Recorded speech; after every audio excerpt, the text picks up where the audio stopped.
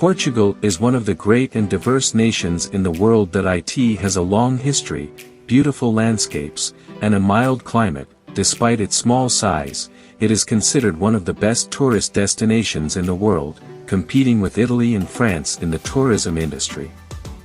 Along the coast, you'll find small fishing villages with views of the beaches, historical sites, modern cities with interesting historic and heritage sites, and small fishing villages.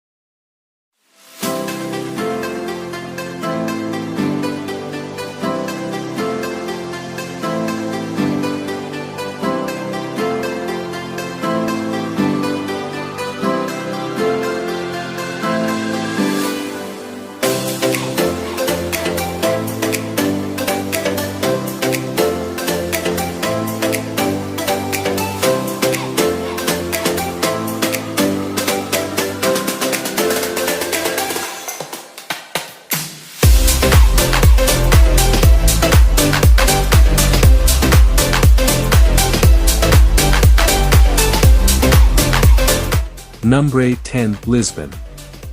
Portugal's capital and largest city is perched atop 7 hills along the Tagus River near the Atlantic, between the vibrant, centuries-old buildings and the elegant St. George's castles that look out onto the skyline. Charming alleyways wind their way through the area.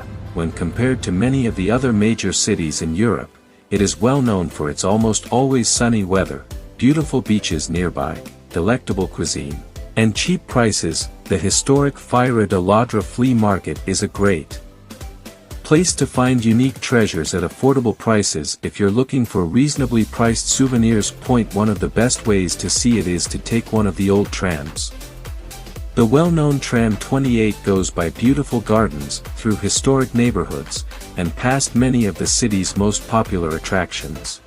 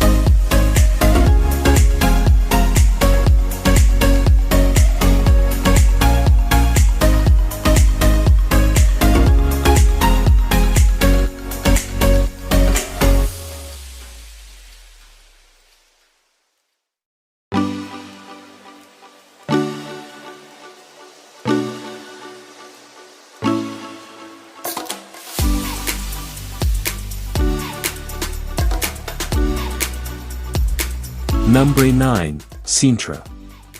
In a letter written in 1809, Lord Byron wrote, "I must just observe that the village of Sintra in Estremadura is the most beautiful in the world." To his friend Francis Hodgson. It is one of Portugal's most beautiful small towns, lies at the edge of Europe, and has captivated countless tourists for centuries. Pena Palace has been the highlight as one of the continent's most fantastic palaces since 1840.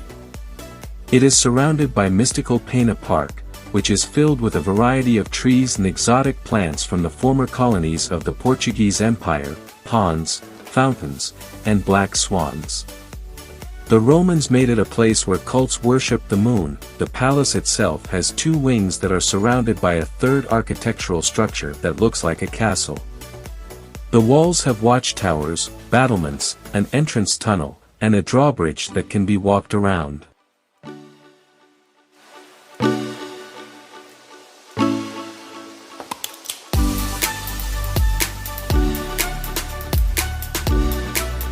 Number 8, Porto.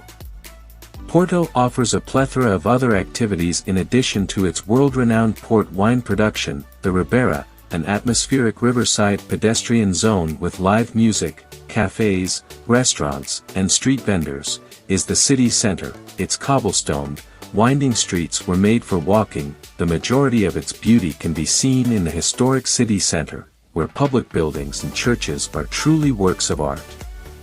One example is the Church of São Francisco, which has a niche with a saintly figure on the main facade and a lavish Gothic rose window, along with the magnificent Palacio de Bolsa, Porto's former stock exchange. The fortress cathedral from the 12th century where Prince Henry the Navigator was baptized is also a must-see.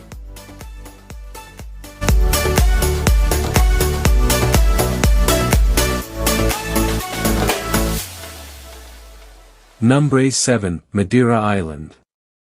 This Madeira Island, which is in the Canary Islands and is known as the floating garden of the Atlantic, is a fertile oasis in the North Atlantic about 250 miles north of Tenerife. It is well liked for its wines, wineries, and lush green landscapes. It is a great place for kayaking, where you can paddle to beautiful bays and marine caves that are only accessible by watercraft.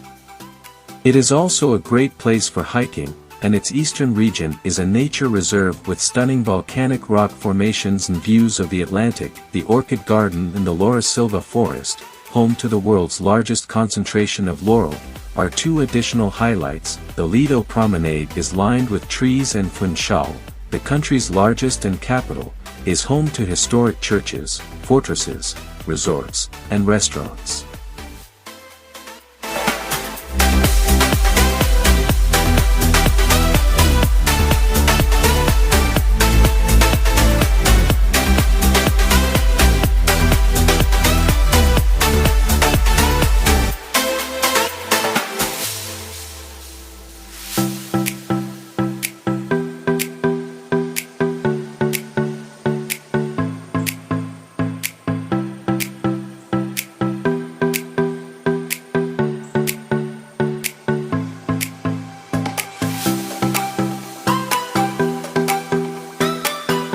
Number 6, Braga.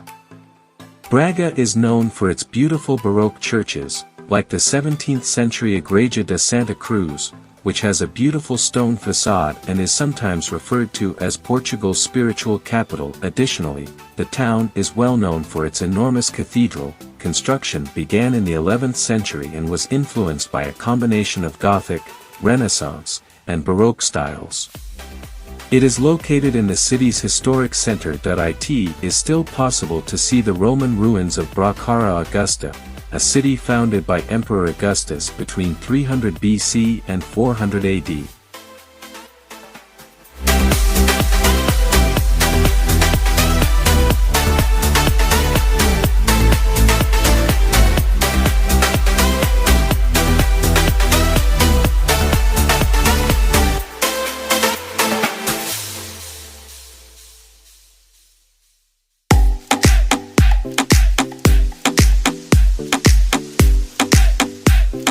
Number 5, Peneda Geres National Park.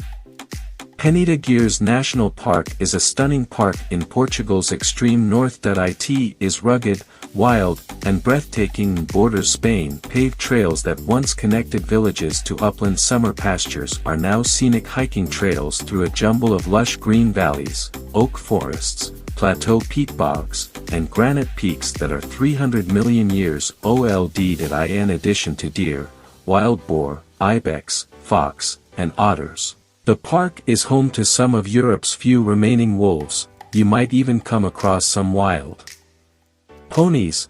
The Guarano ponies, one of the most well-known residents of the area, have been there since the Celtic period in the first millennium BC. If you go in April or May, the spring flowers will be in full bloom.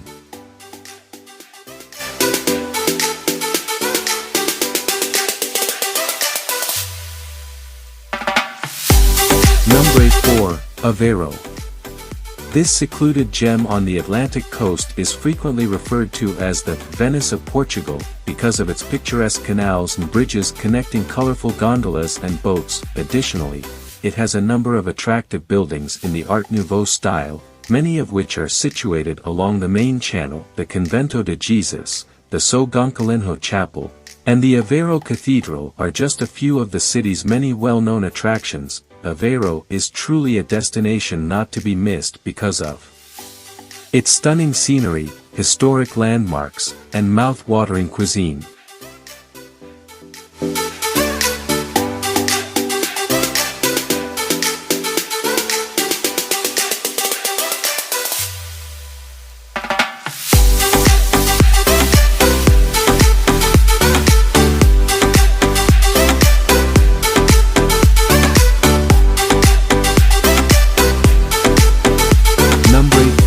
Évora.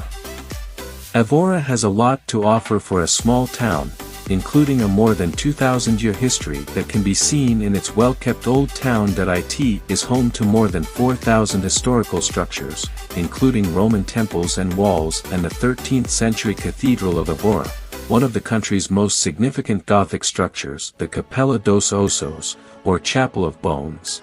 A small interior chapel next to the Church of St. Francis is one of this ancient city's most well-known landmarks, because hundreds of bodies were exhumed from city graves. It gets its name because the walls are covered in human skulls and bones.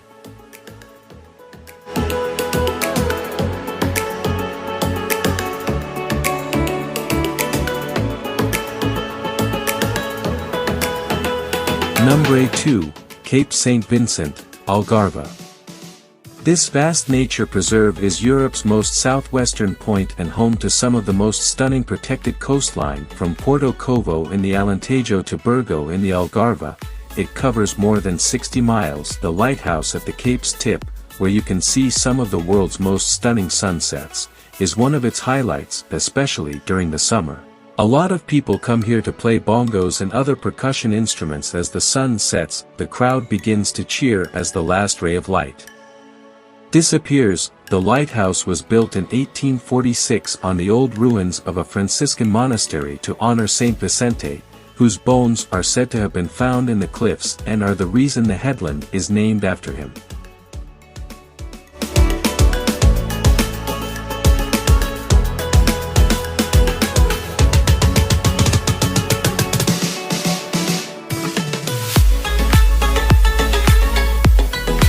Number 1, Coa Valley Archaeological Park. This one-of-a-kind park houses a magnificent collection of rock carvings from the Upper Paleolithic period.